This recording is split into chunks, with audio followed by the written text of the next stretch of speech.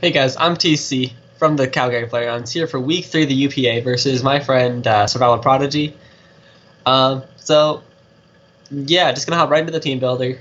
Just gonna get a quick breakdown. So starting out, we got Floatzel. We're bringing Floatzel again. We got Waterfall, Aqua Jet, Ice Wind, Power Up Punch.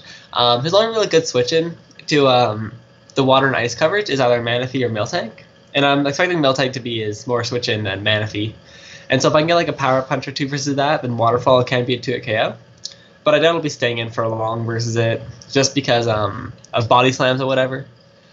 And so yeah, my team that I'm building is gonna be a lot more offensive than defensive, just because he has so many threats in Manaphy, Latios, Terrakion, Mamoswine, Greninja, Emboar. You can't just switch. You just really can't switch into a lot of those mons. And so yeah, next up, we just got Rotom with the Choice Scarf. Thunderbolt, Volt Switch, Hex, and Trick. You'll see why I'm bringing Hex and Will-O-Wisp in a little bit, because actually, yeah, Tentacruel here has Toxic Spikes, and so I'm bringing Scarf because Manaphy's a problem, and it's always good to have a Revenge Killer for it. Rotom can't outspeed a Max Speed Manaphy before the Scarf, and so I'm just gonna Volt Switch versus it. Break the potential Con Berry if I need to, and then come back in later and Thunderbolt it. This also outspeeds Torque Greninja if I need to Revenge Kill that. Also just good to force switches in general. And then Hex, because when Toxic Spikes are up, Hex is a lot more damage than Shadow Ball does. And then Trick, doesn't get to want to trick it to like the Sylveon or the Druddigon or something. It's got enough. Anyways, yeah. So next up we got an offensive Tentacruel with Life Orb. With Hydro Pump, Sludge Wave, Haze, and Toxic Spikes. It's got enough speed to outspeed the Mamoswine. And so I'm bringing Life Orb because he doesn't really have like any good poison switch-in. His poison resist is Magneton, and that's it, except for like Ditto. And so just having modest Life Orb, Sludge Waves being fired off at all times is going to do a lot of damage to his team, which will do really good for my sweepers later on, being Talonflame and Aerodactyl. Toxic Spikes are huge for this battle. He has one Defogger in Mega Latios, and then no poison types. So if I get Toxic Spikes up, there's a really good chance they'll be there for the entirety of the game. And Toxic Spikes will actually help something really crucial for one of my mons later on in the team. So yeah. Next up, we got 60%, we got Jirachi. Just coming with fully special set, because he doesn't really have good switch into the coverage I have here with Flash Cannon, Psychic, Thunderbolt, and Hidden Power Ground. Also, I need this as like a good Latios switch in. And then also comes in on Sylveon pretty nicely. And so I debated bringing Shadow Ball for the Mega Latios, but I thought that once I bring Jirachi in, he'll expect something like that, and then he'll switch out. And Flash Cannon, if I get some Spit F drops, it can beat the Mega Latios 1v1 anyways. Hidden Power Ground is so that he can't bring in Magneton and try and trap me and then take me out with HP Fires. Yeah. And so next time we got my Aerodactyl. Just bringing Stone Edge, Aerial Ace, Earthquake, and Iron Head, just 4 attacks, as I always like to bring on Aerodactyl. Enough speed to outspeed, I think, Terrakion before I Mega Evolve. That way, it'll outspeed the Greninja after evolution. Also, a Scarf Emboar and a Scarf Magneton, I think. I believe you outspeed Scarf Magneton. No, you don't. Oops. Whatever. Anyways. And so yeah, last up we have Talonflame here. It's got enough Spadef to take... What was it? It was to take something and have the sub stay. And so I want Substitute because his only 2 answers to Talonflame will be Miltank or Druddigon. They can't really beat me unless they have Rock Slide.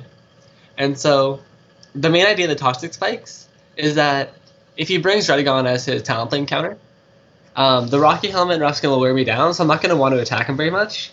And so if I get it poisoned from the Toxic Spikes, I can just let Talonflame sit there and sub-roost bulk up until the Druddigon goes down to Toxic or Poison. And so with the HP investment, he can't break my sub with at +1 if I'm with a Dragon Tail. And so yeah, basically just this is gonna put in a lot of work if Magneton's weakened, if the Poison can do its toll on some things. And so I have to rely on a lot of things being dead, mainly if he brings like Barbarical or Ditto, or even like Magneton. So if I can get rid of the crucial things, this can definitely be a win. This can definitely be a win con and put in a ton of work. I didn't want Brave Bird because I didn't want to have to like Brave Bird twice and then Roost and then die to something else, and so I just went with the Acrobatic set. So we're getting into the battle. At team preview, I see the Dragon. I don't see Miltank, which is really good because Miltank was a big threat for my team. So I only see the two answers to the Talonflame. I see the Dragon and the Magneton. And so my game plan here is no matter what I think his potential lead is, I'm going to lead right off with Tentacruel and get my Toxic Spikes up immediately. He leads Magneton, and I know that if he's Scarf, he can't kill me, and if he's not Scarf, he cannot speed me. So I'm just going to go for the Toxic Spikes. He goes Sylveon, and then doubles back into Magneton. I knew he'd double back into Magneton, because there's no way he'd stay with a Sylveon to take a potential Sludge Wave or Sludge Bomb.